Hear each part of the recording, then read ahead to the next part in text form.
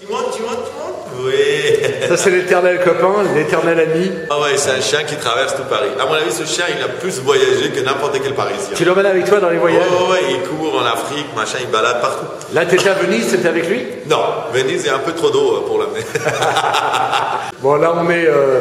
on dira pas où on est. On est dans un atelier que je prends toujours un plaisir monstre à visiter parce que voilà, l'univers Cheyenne est présent partout et puis c'est un vrai régal. Cheyenne, d'abord pour ceux qui ne te connaissent pas, je voudrais que tu racontes toi ton principe d'art. Tu sillonnes le monde avec ton appareil photo. En fait, tu vas partout. Moi j'ai fait école archi et après l'école archi, j'ai fait une école que j'ai adoré, SDI, École supérieure de design industriel. Et dans cette école, on était en parallèle avec les ateliers. Et j'avais un professeur extraordinaire, Kazaza. Je le salue d'ailleurs s'il entend.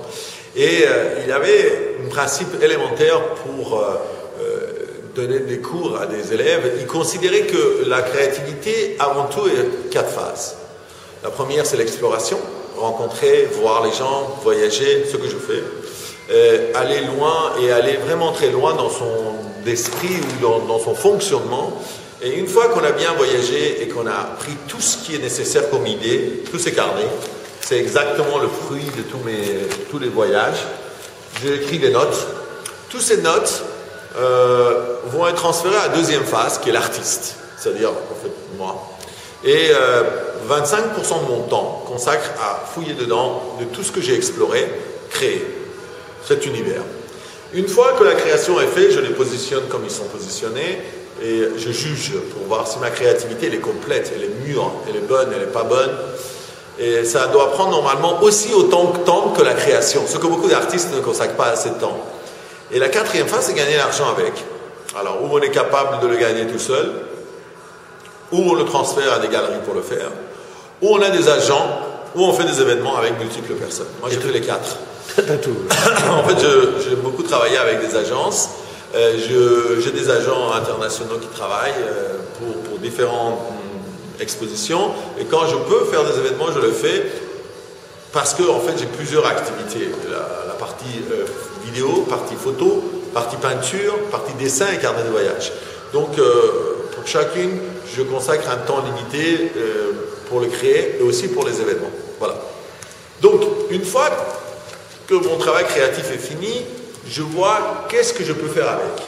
Qu'est-ce qui sont réellement la manière la plus efficace pour qu'il soit exploité et que les gens voient. Donc Internet, mon site Internet, il est extrêmement complet, cheyennecoy.net. Il y a 100 carnets de voyage et il y aura 200 autres qui vont être mis en site, en haute définition. Après, j'ai un site de vidéo qui bientôt il va être en haute définition totalement.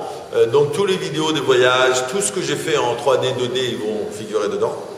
Et évidemment, un troisième site qui est un site dédié à la photo, où c'est toutes mes créations. Je prends des notes et je fixe des plans de travail de 30 photos et je reviens sur les lieux pour mieux travailler avec des matériels adaptés.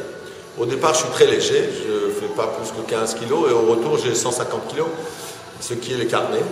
Parce que tous les carnets, je les fais sur place, page par page, je colle, je dessine. Je donne à coudre et au prochain voyage, je les récupère. Donc en fait, tout est cousu. Tous les carnets, si tu remarques, ils sont cousus, travaillés, traités. Donc pour qu'ils soient solides, parce que dans les expositions, les gens les tournent, les déchirent et tout, donc il faut que ça soit cousu. Donc en fait, tu as tous ces carnets sont collés, cousus, tous les éléments qui se voient, ils sont cousus sur place. C'est pour ça que ça tient, sinon ça ne tiendra jamais, tu vois. Et donc en fait, là, tous les éléments que tu vois là, une fois collés, il faut que quelqu'un les couse. Et les matériaux aussi, il faut les choisir sur place. Et après, tu vois, dans les tableaux, tu as l'essence des carnets qui vont aller dans les carnets, dans les tableaux. Donc, tout est en énergie interne. Chaque chose aide à l'autre pour qu'il avance. Mais par contre, c'est beaucoup de travail. Hein. C'est 18 heures minimum par jour de boulot sur place.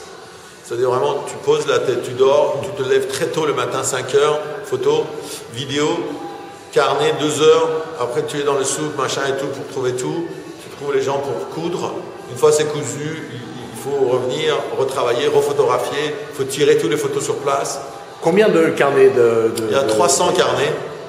300 carnets comme celui-ci. Oui, absolument. Certains pèsent 60 kilos. Tu es fou, chez Ah, j'adore. Mais ça, tu vas voir dans 20 ans, à eux tout seul, oui, c'est amusé. Ouais. Oui, parce que déjà dedans, tu as tous les histoires, tout comment les hôtels qui n'existent plus, beaucoup de choses n'existent plus. Il y a des dessins miniatures, des éléments. Il y a beaucoup de travail qui est effectué pour vraiment que les gens, quand ils regardent les carnets, ils ont une idée de comment on fait les tableaux. Les tableaux, ils se vendent ou ils partent à droite et à gauche, on les retrouve plus. Mais les carnets, ils sont là pour une vraie identité dans le futur.